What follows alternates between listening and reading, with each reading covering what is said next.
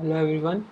In this video we will do the water content determination and the tests which we perform to calculate the water content of a soil. So this is the first test to be conducted after taking a soil sample. This is because the water content will change during the transportation and storage also.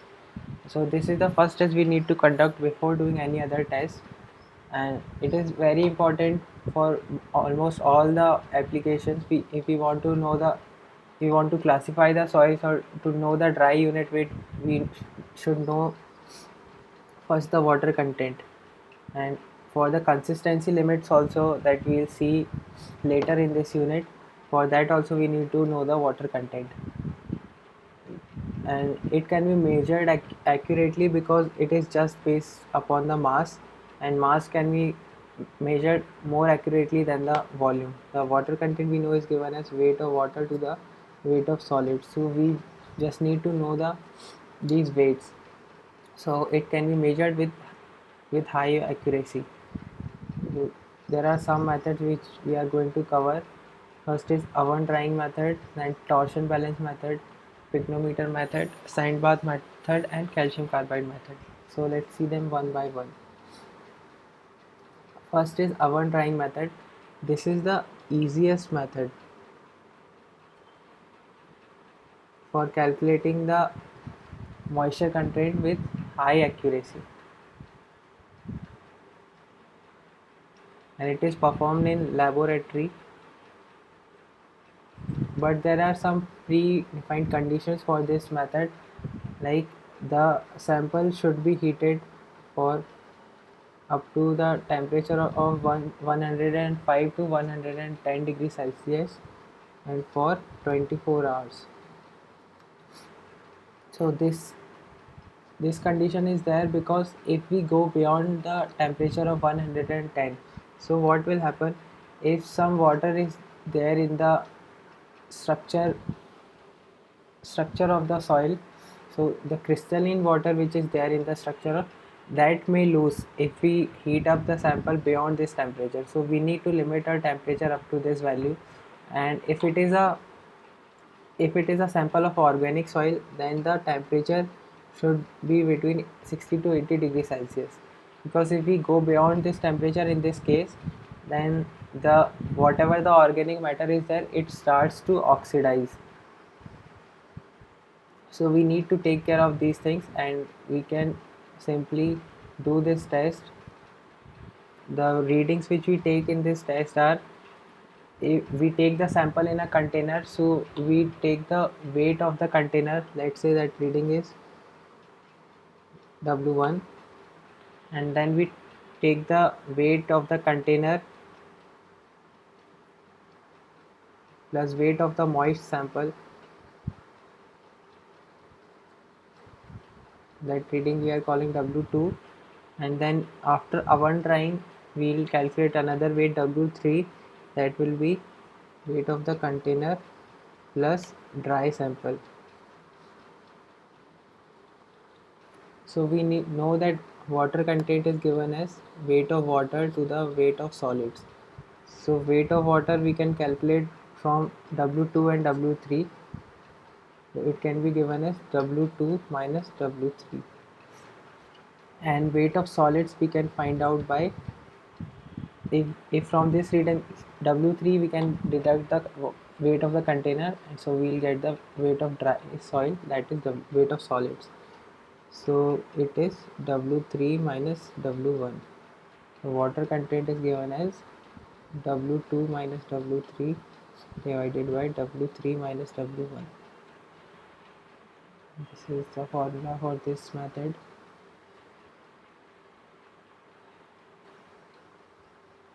Next is the torsion balance method. In this method, two things are necessary. First is an infrared lamp to heat up the sample, and next is the torsion balance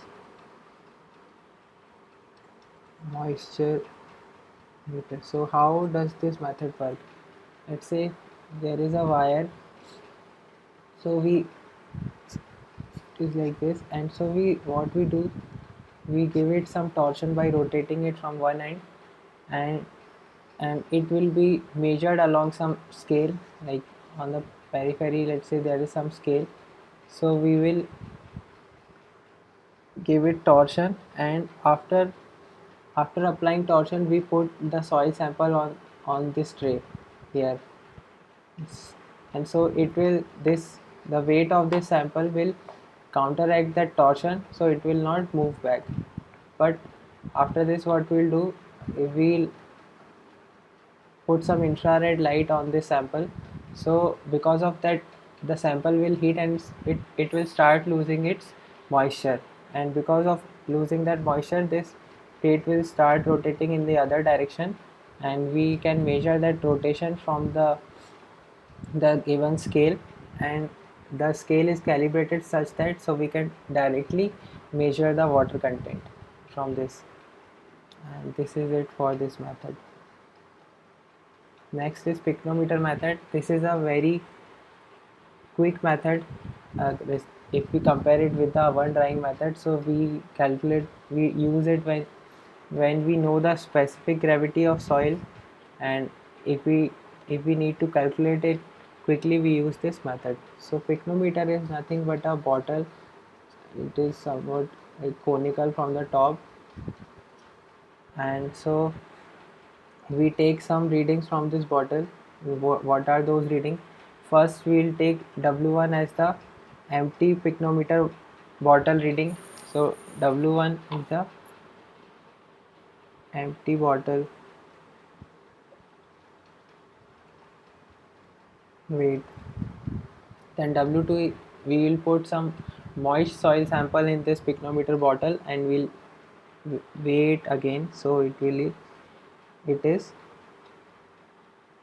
bottle plus moist sample. And W3 is the rest of the part which is there in the bottle. We fill it with water, and so some air may be there on the top of it. So for removing that air, we can apply vacuum, or we can shake the bottle and then heat it up a little so that air will go out. And after removing that air, we we take the weight W3. So W3 is equal to the bottle plus soil plus water.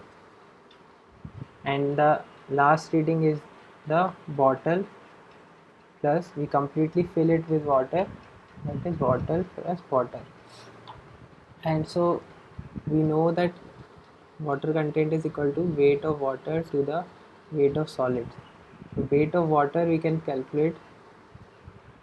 If I deduct W2 minus W1, and so it will give me the weight of moist sample. And from the moist sample, if I deduct the weight of solids, that is just weight of the dry sample, so it will give me the weight of water. And the water content we know is equal to, from using this we can write it W2 minus W1 minus Ws upon Ws.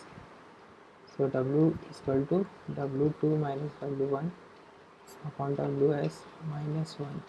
So for now we need to know the weight of the solids. So we can use the specific gravity for calculation of weight of solids. We use these both readings for that.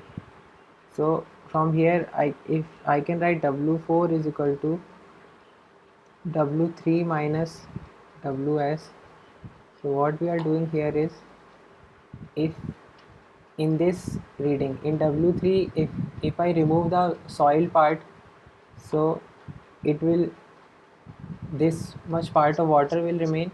And if I replace this part with water, so I'm removing the soil and replacing it with water.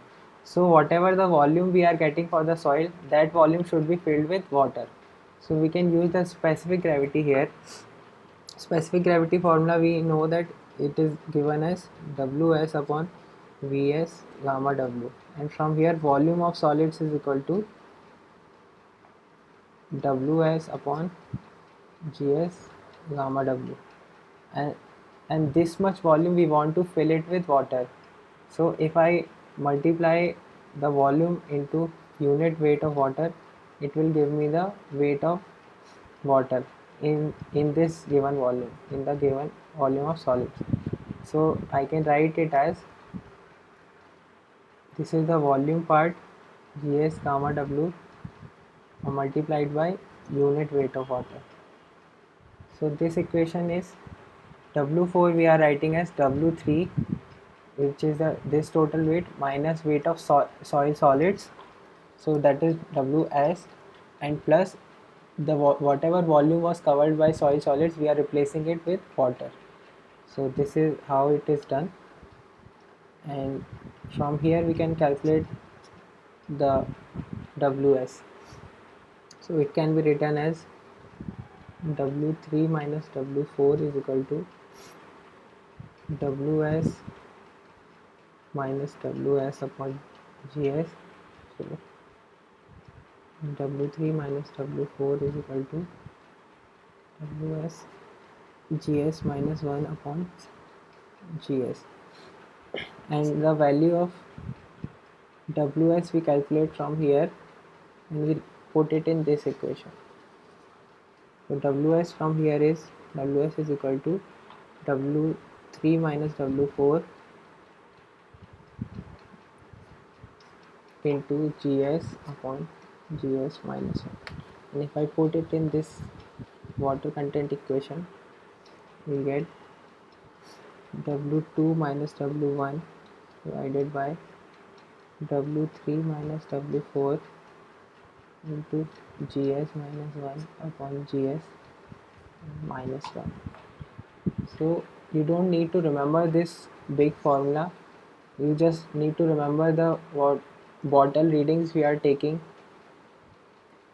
and then how we are replacing the weight of solids from to the weight of water. This part, if you understand clearly, then you don't need to remember this formula, you can derive it anytime.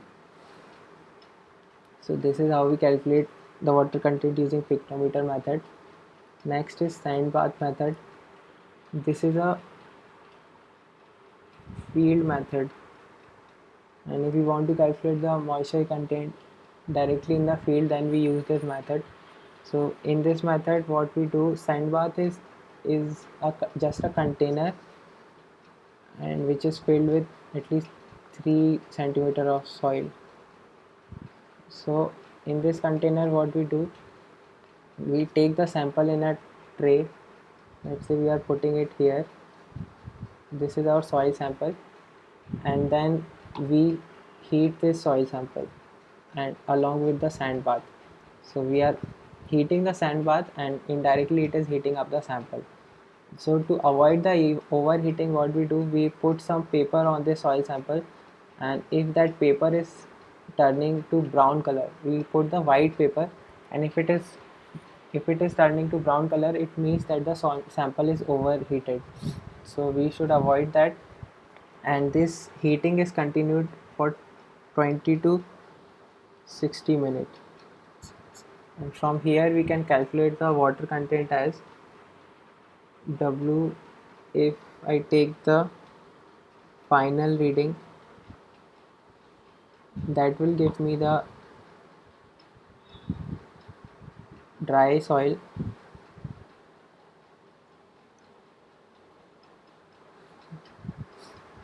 this should be W initial minus W final, which means that uh, weight of sample initially, it means the soil which is having moisture minus weight of final sample, which will be a dry sample, and divided by final sample minus weight of tray. So it will give us the weight of solids. So this is how we calculate using the sand bath method.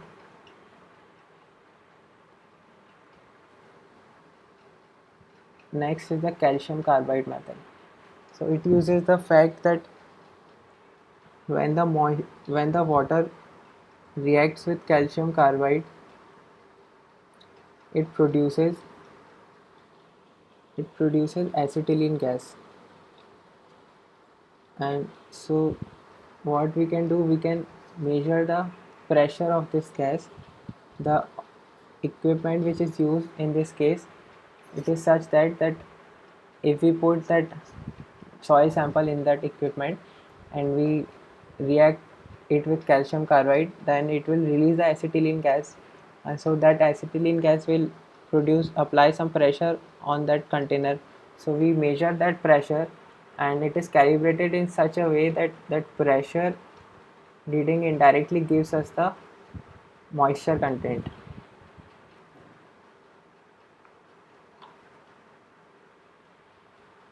So this moisture content will be with respect to the total mass. That is, say this is bulk moisture content, it will be weight of water to the total weight.